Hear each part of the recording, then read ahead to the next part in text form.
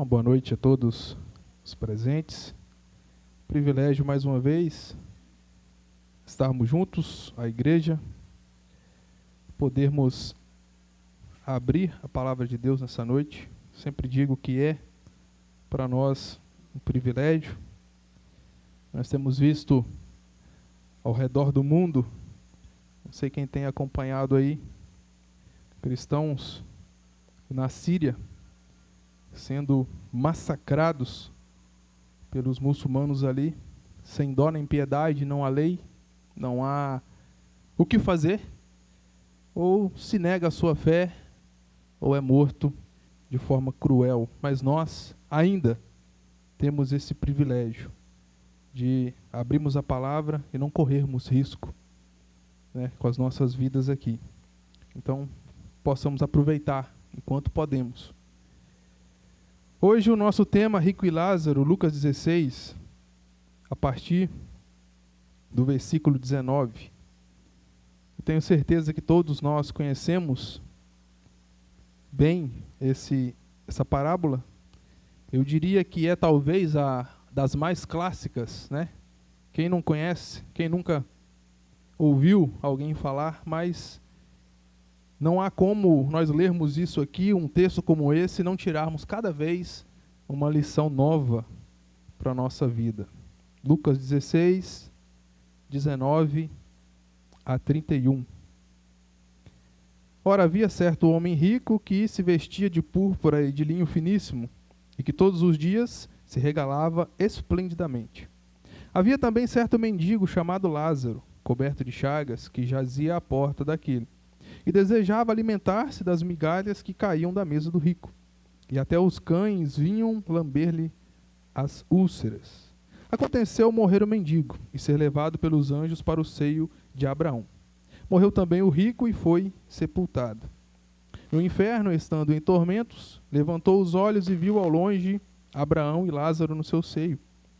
Então, clamando, disse: Pai Abraão, tem misericórdia de mim, e manda a Lázaro que molhe em água a ponta do dedo e me refresque a língua, porque estou atormentado nessa chama. Disse, porém, Abraão: Filho, lembra-te de que recebeste os teus bens em tua vida, e Lázaro igualmente os males. Agora, porém, aqui ele está consolado, tu em tormentos. E além de tudo, está posto um grande abismo entre nós e vós, de sorte que os que querem passar daqui para vós não podem, nem os de lá passar para nós. Então replicou: Pai, eu te imploro que o mandes à minha casa paterna, porque tenho 5 irmãos, para que lhes dê testemunho, a fim de não virem também para este lugar de tormento.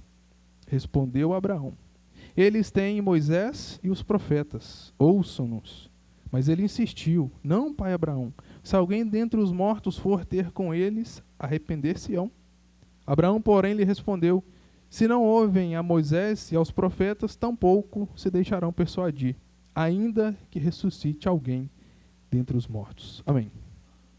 Texto maravilhoso, inocente à primeira vista, mas que traz muitas lições para nós.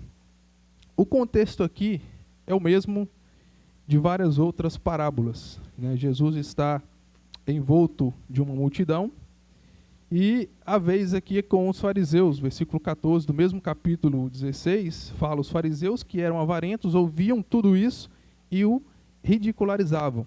Jesus inicia o capítulo 16 falando sobre a riqueza, falando sobre o problema de o caráter das pessoas serem corrompidos pelos bens que ela possui. A riqueza em si, e é muito claro isso em todo o texto, a riqueza em si nunca foi problema. Não é nos dias atuais e nunca foi. Mas sim o caráter das pessoas, que pode ser mudado, que pode ser moldado quando ela alcança, quando ela consegue chegar em determinado patamar.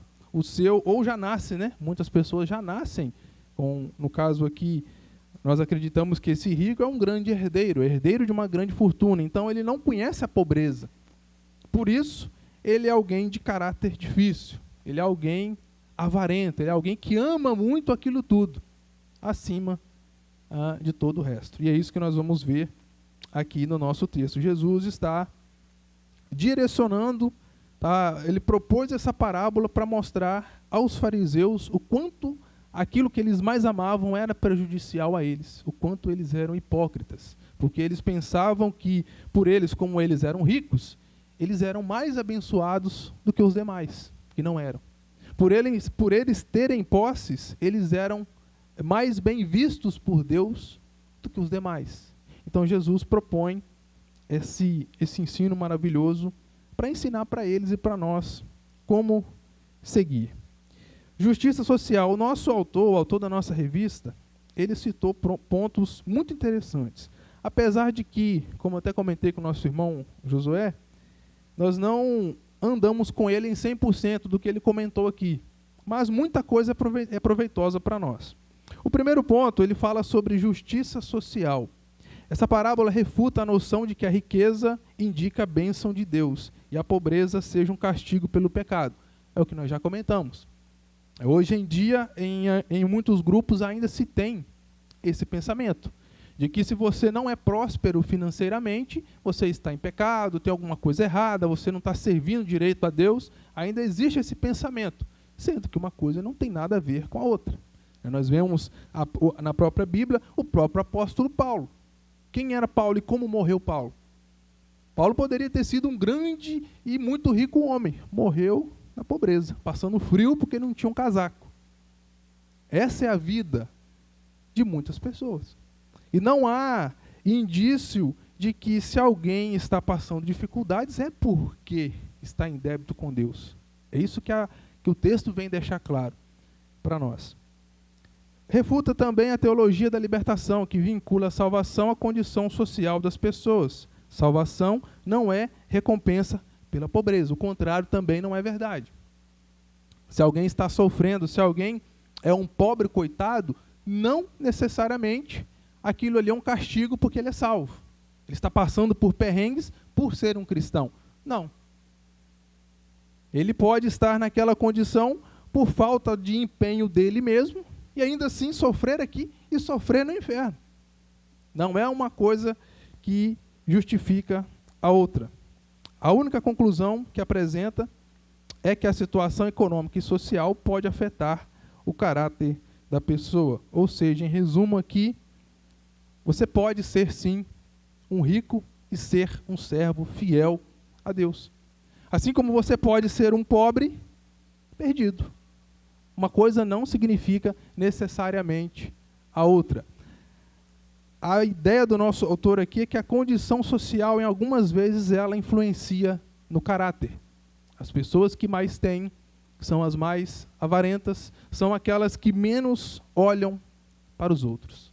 Essa que foi a ideia que o nosso autor trouxe e que nós, no início do nosso texto, nós vemos, no versículo 19. Certo homem rico que se vestia de púrpura e linho finíssimo. Até aí tudo bem. Ele podia, então ele tinha o melhor. E isso não tem problema nenhum. Se você pode ter um conforto a mais, dar um conforto a mais, fazer viagens, ter um carro do ano, faça, seja. É bênção de Deus a riqueza, com certeza. Mas, a segunda parte do versículo 19, e todos os dias se regalava esplendidamente. Ele amava demais aquilo tudo. Ele amava demais e ele adorava exibir-se. Aí que está o errado da situação. E, logo em seguida, nós vemos que ele sabia, ele conhecia, tinha alguém que não tinha nem o que comer à sua porta. Enquanto aquele rico podia e dava festa todos os dias, quando a Bíblia cita para nós todos os dias, eu quero entender todos os dias. É literal isso aqui.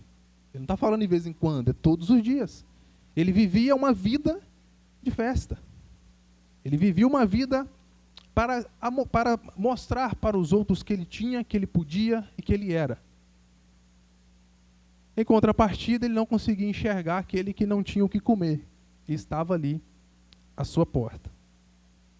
O ponto 2 que o nosso autor traz é sobre Lázaro. Nós não temos muita informação sobre esse Lázaro aqui em específico, nós só sabemos que o nome dele significa Deus ajuda, ou aquele que Deus ajuda. O ponto 3 que o nosso autor cita, fato ou ficção. E aqui a gente entra em algumas indefinições, né? Alguns autores apontam que sim, Jesus está tratando aqui de uma história real, de personagens reais, porque ele cita o nome Lázaro, enquanto em outras parábolas Jesus não cita um nome pessoal, ele não cita uma pessoa específica. Enquanto alguns autores dizem que é apenas ficção, que histórias como essas eram comuns naquele tempo. Então fica aí aos irmãos, aí, os nossos estudiosos também, a interpretar cada um segundo a sua forma. Para mim, Jesus está falando algo literal, uma história acontecida de personagens reais, porque isso aqui, o que ele traz aqui é claríssimo para nós, que é algo real, sim. Versículo 20. Havia também certo mendigo chamado Lázaro, coberto de chagas, que jazia à porta daquele, e desejava alimentar-se das migalhas que caíam da mesa do rico. Até os cães viam lamber-lhe as feridas ou as úlceras.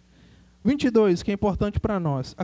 Aconteceu, morreu o mendigo, e foi levado pelos anjos para o seio de Abraão. Morreu também o rico, e foi sepultado. O quarto ponto da nossa revista fala: vida após a morte. Meu amigo, não importa o que você acredite aqui nessa terra. Se você acredita na esquerda, na direita, se você acredita que a terra é plana, não importa o que você acredita. A morte é real para todos nós. A morte é uma coisa, eu gosto muito do termo que o Hernandes Dias Lopes usa, é inescapável. Não tem como fugir dela, a morte. A morte, ela iguala todos nós. Aquele mais rico, que pode usufruir do melhor e do mais equipado hospital de todo mundo, a morte vai chegar para ele. Ele pode tardar um pouquinho, dar um jeito, ir escapando, mas vem. Vem. Assim como para qualquer pobre coitado. A morte é inescapável. E o nosso texto aqui, ele é muito claro no que ele indica, que existe um depois. Existe uma continuação. Eu uso dizer o termo que nós fechamos os olhos aqui e abrimos na eternidade. Existe o depois, e é esse depois que você precisa se preocupar. É esse depois que vai ser eterno. O que nós conhecemos aqui, essa labuta que nós vivemos, todo esse dilema, aqui isso aqui é passageiro, isso aqui é como um vapor, se dissipa e some. E nós voamos, isso aqui passa. Mas o depois é eterno. E eu já gostaria de deixar claro algo que eu anotei aqui, que não tem na revista, mas que nós temos que dizer. Não há aniquilação. Existem muitas pessoas confiantes de que morreu aqui sem Cristo vai ser aniquilada a alma. Antes fosse. Há um sofrimento eterno, esperando aqueles que vão deixar essa vida aqui, vão passar para a eternidade sem Cristo. Um sofrimento eterno, não há aniquilação, não há purgatório. Não há como você purgar os pecados por um período que não se sabe quanto tempo e depois ir para o paraíso, não. Existem dois caminhos. Está muito claro aqui. E depois que você passou para lá, também é inescapável. O nosso texto disse isso, ó, não tem como sair daqui não, meu amigo. Você entrou aqui e não tem mais nada que ninguém possa fazer por você. E nem você fazer por mais ninguém. Esse texto aqui, ele clareia muita coisa para nós. Morto não vem visitar ninguém. Ele está preso lá. Seja céu ou seja inferno, ali ele está e ali permanecerá. Não há saída, inescapável. Vida após a morte. Não há sono, há vida consciente no pós-morte. O nosso texto aqui é muito claro. Aconteceu morrer o mendigo e ser levado pelos anjos. Tudo indica que nem sepultamento Lázaro teve. Ele morreu antes do rico e muito provavelmente, alguns estudiosos levantam a questão que ali mesmo ele foi deixado ou foi tirado dali o seu corpo e jogado fora pelos cães. Não houve qualquer tratativa, qualquer amor, qualquer carinho por aquele que faleceu ali à porta do rico. E o texto deixa claro que morreu também o rico e foi sepultado. Ou seja, até na morte o rico teve pompa. O rico teve alguém que cuidasse dele. O rico teve uma grande celebração, até mesmo quando ele morreu. É interessante que o nosso autor aqui ele coloca que aquele rico era indiferente, totalmente indiferente ao mendigo à sua porta. O termo traduzido por desejava, no versículo 21, indica uma vontade não saciada de Lázaro, ou seja, nem as migalhas que o Lázaro desejava, o rico deixava chegar até ele. Ele era um homem ruim. Além de ser avarento, além de gostar de se exibir, além de ser alguém festeiro, ele era ruim. Ele era alguém de coração ruim. Que nem aquilo que caía da mesa, aquilo que sobrava, as migalhas, aquilo que ele não deixava. O texto nos diz que Lázaro desejava.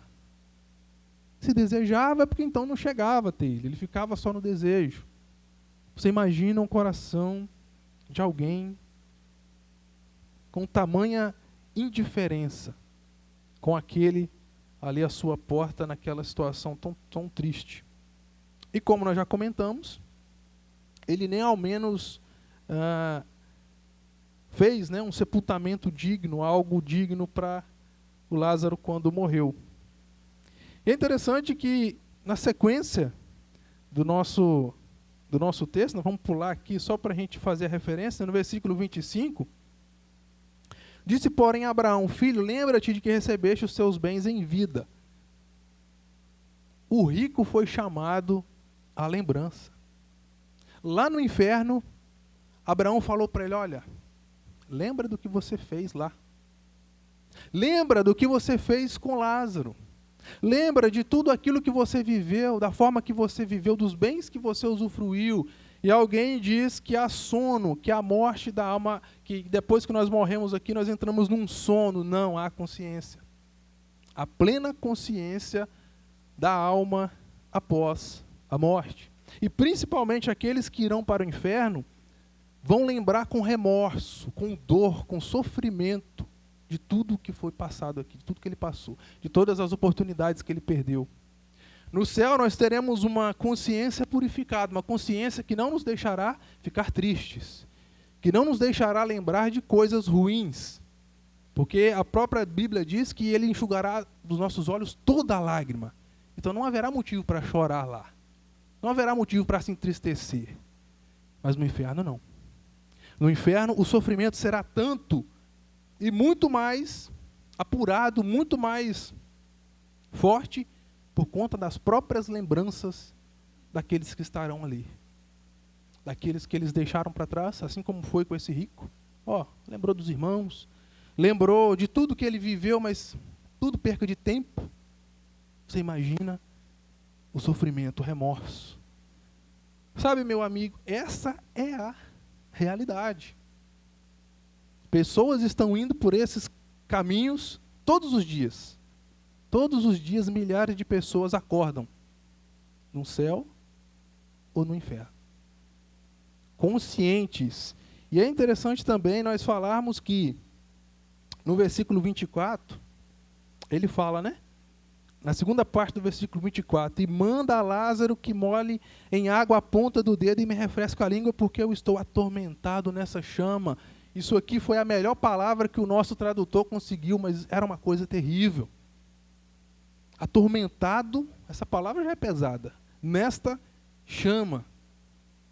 Agora você imagina um tormento na chama que nunca acaba e que você nunca morre. A morte também está lá no inferno, não há morte.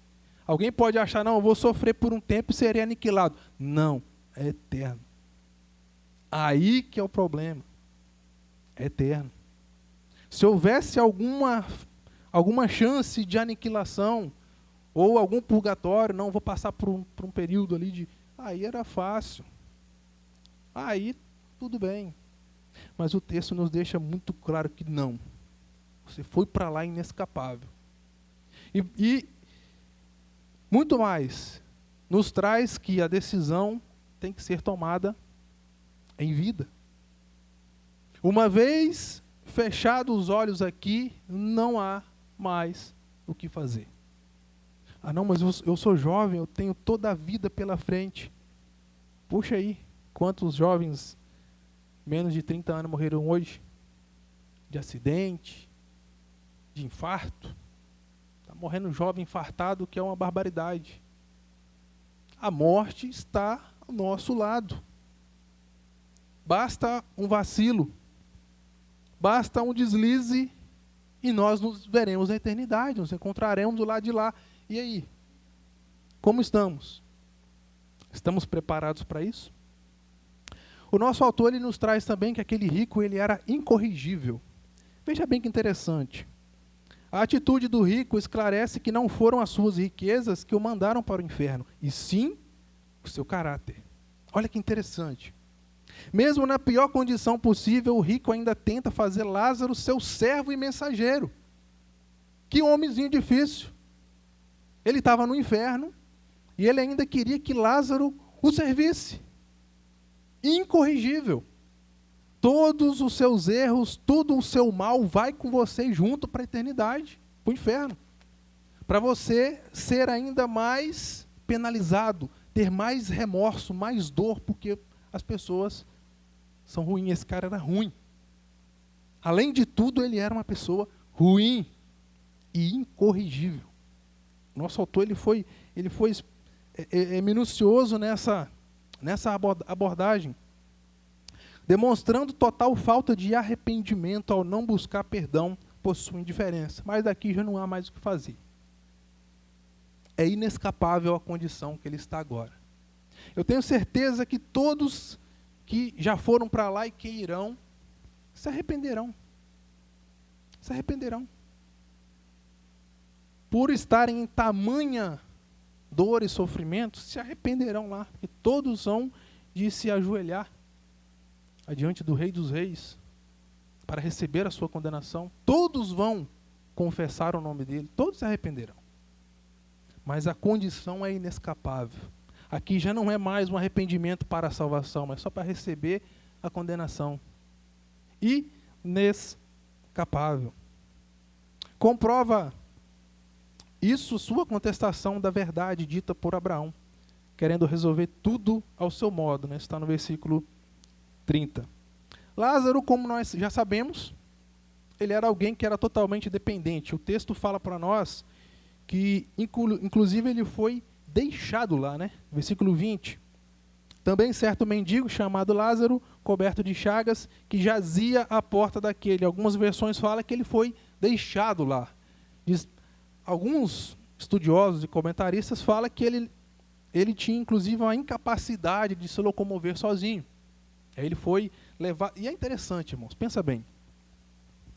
A comunidade ela fez um bem, teoricamente, para ele. Por quê? Olha, nós vamos pegar esse cara que está aqui, sem ninguém por ele, e vamos colocar na porta de alguém rico.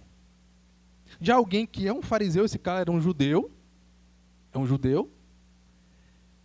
que ele vai ajudar, que ele vai amparar esse mendigo. E foi exatamente o contrário.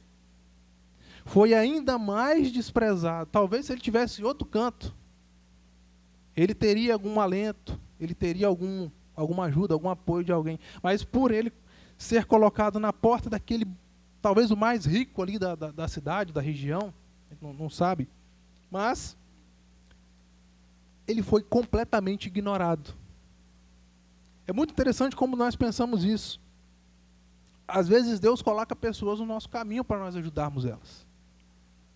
Às vezes alguém aparece na sua frente e você não entende o porquê, mas é Deus colocando alguém para que você o abençoe. Para que você o ajude com aquilo que você tem, que eu tenho, que nós como igreja temos. E às vezes nós não estamos sendo diferente desse rico. Apenas nos regalando com o que nós temos, vivendo esplendidamente, e o mal não está aí, o mal não está nisso, mas o mal está em ignorar o sofrimento daquele que padece à nossa porta, à nossa beira. E aqui não está falando só de físico, não. No nosso caso aqui o papel está invertido. Talvez aquela pessoa precisa de uma palavra de Deus para a vida dela. Precisa de encontrar a salvação. Aqui esse mendigo ele precisava sim do alimento físico, que provavelmente ele morreu foi de fome.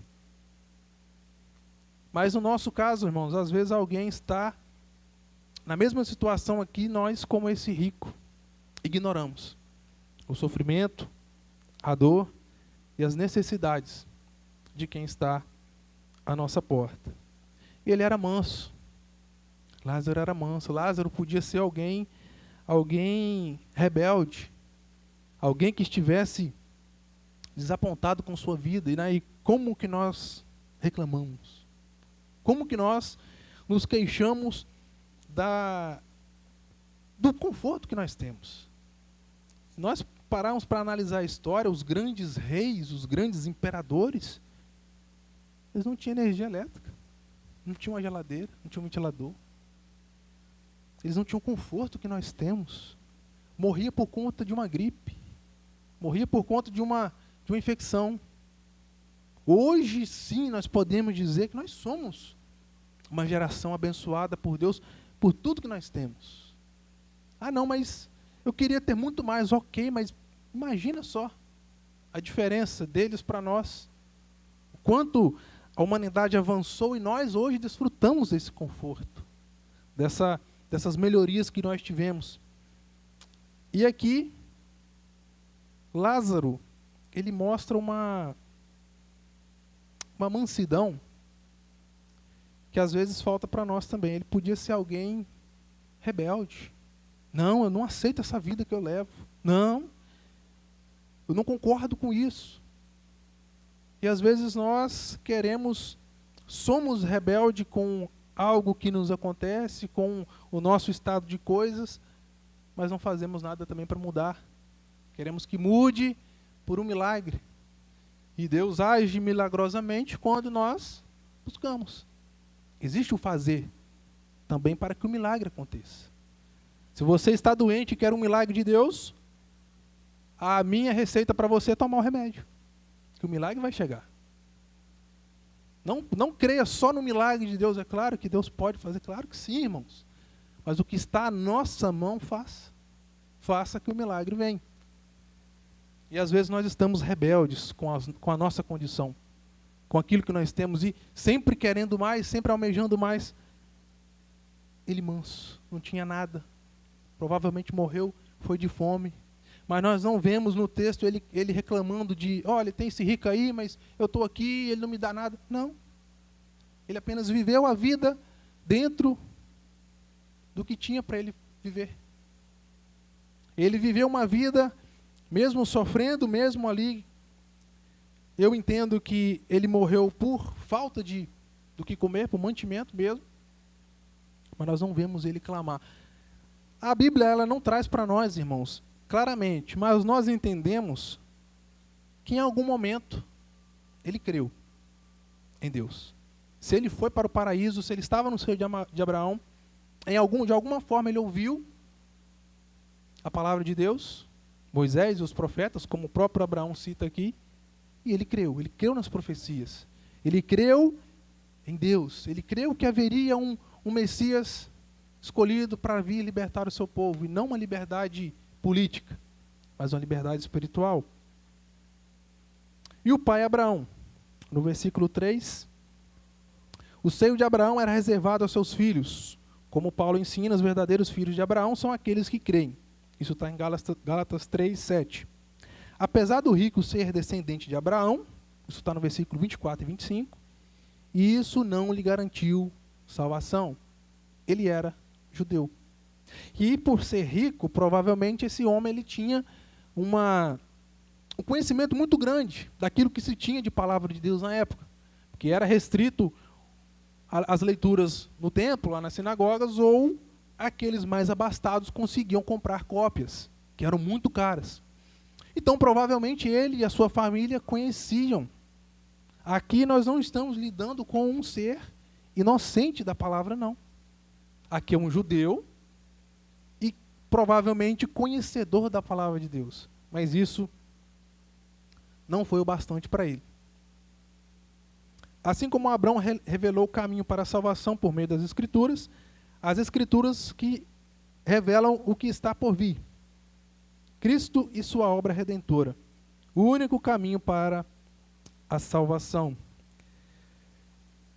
Não sei o que você ainda espera, não sei o que nós esperamos, mas tudo o que Deus tem a dizer a nós está dito, está na palavra de Deus, na Bíblia Sagrada. Jesus Cristo foi a última revelação de Deus aos homens, a última e a revelação final. Tudo que veio depois dele, veio com a intenção de acrescentar essa palavra, é anátema, é invenção de homens. É algo para distorcer a verdadeira palavra de Deus. E sabe, o nosso autor ele traz aqui, o reino começa aqui.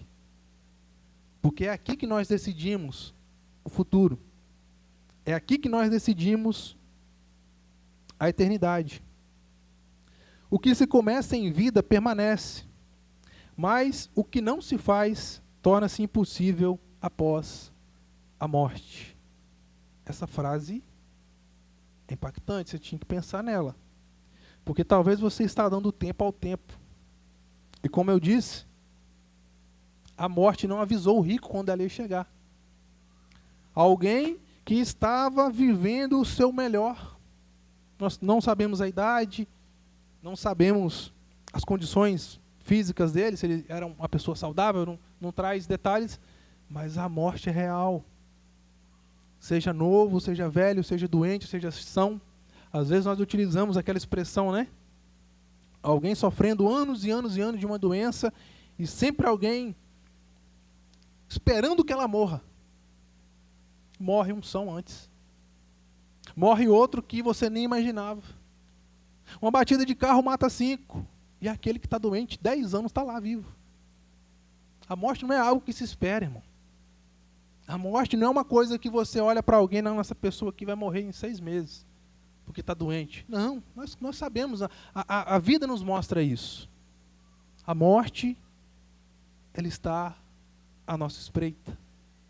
E ela sela o destino da alma. O que nós fazemos aqui, o que nós já decidimos, o nosso caráter, ele permanece. Ele vai conosco. Mas o que você não conseguir fazer, o que você não decidir, depois você não decide mais. E ninguém que vai ficar aqui para trás vai conseguir fazer nada por você, mas não. Eu volto a usar o termo inescapável. A decisão é tomada em vida. Ele fala também aqui, viva a comunhão. Deus cuidou de Lázaro, que foi socorrido pela comunidade, sendo levado onde encontraria socorro, é o que eu já citei antes. A ideia da comunidade era que aquele rico pudesse socorrer o Lázaro, mas foi exatamente o contrário. Viver a comunhão é participar das alegrias e também das aflições dos outros. O rico clama por isso no inferno, mas já não é possível ter comunhão, visto que ele não quis desenvolvê-la enquanto vivia.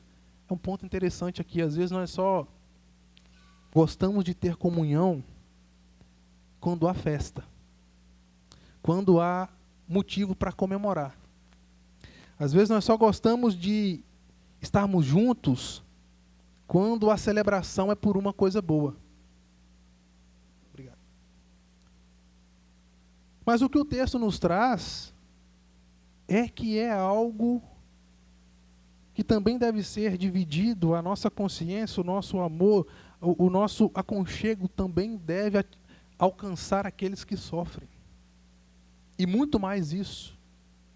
A própria palavra de Deus, ela nos dá orientação de que é muito melhor estar onde há morte do que onde há festa, do que onde há celebração. Porque ali onde há morte, nós estamos diante do destino de todos nós, e há ali uma grande chance de você mostrar para as pessoas, olha, aqui não tem mais chance, aqui não tem mais escolha, aqui não há mais o que ser feito, e nós todos estamos caminhando para essa condição. E às vezes, irmãos, nós queremos viver a comunhão só quando tudo está bem.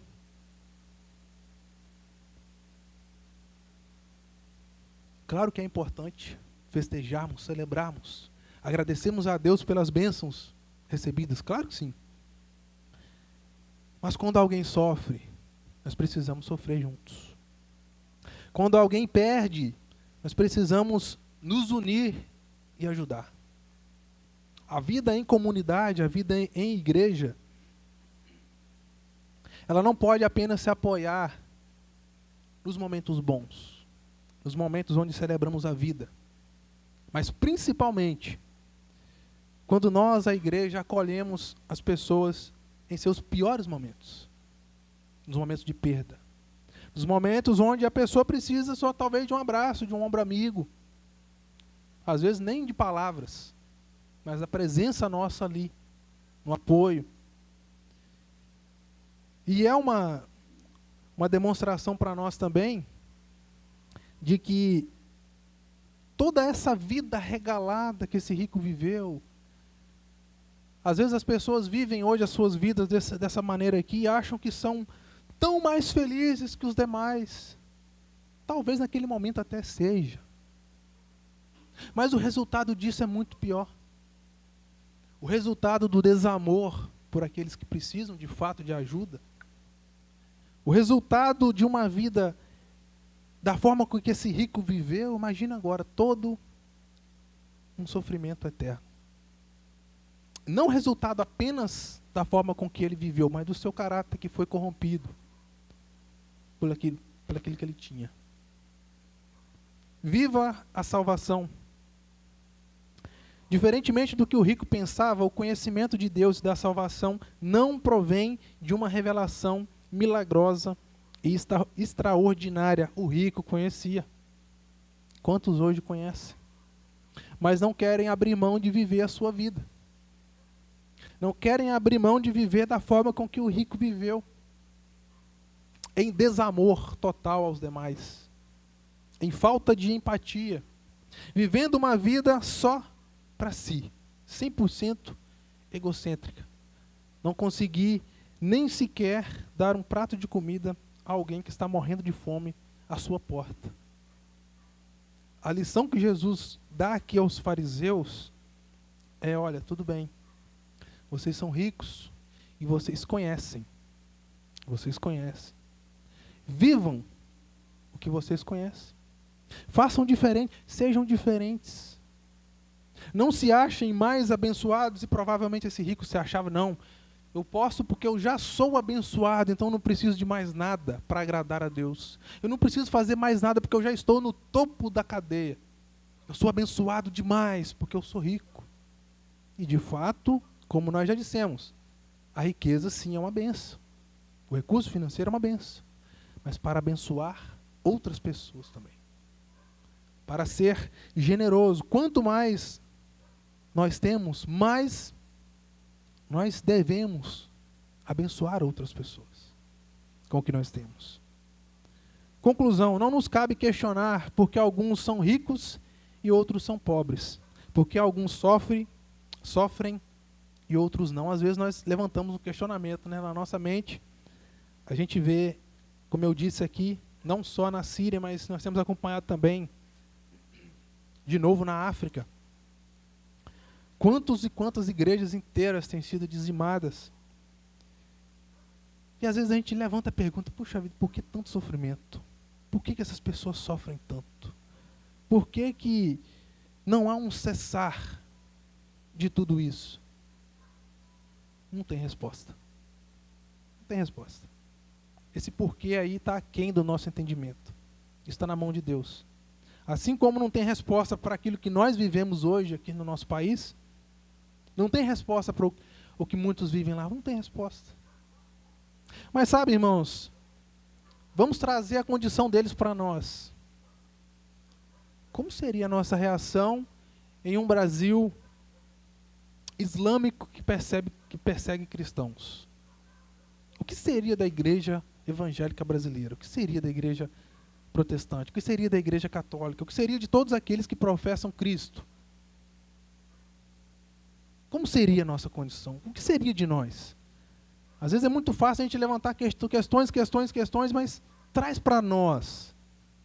Como seria?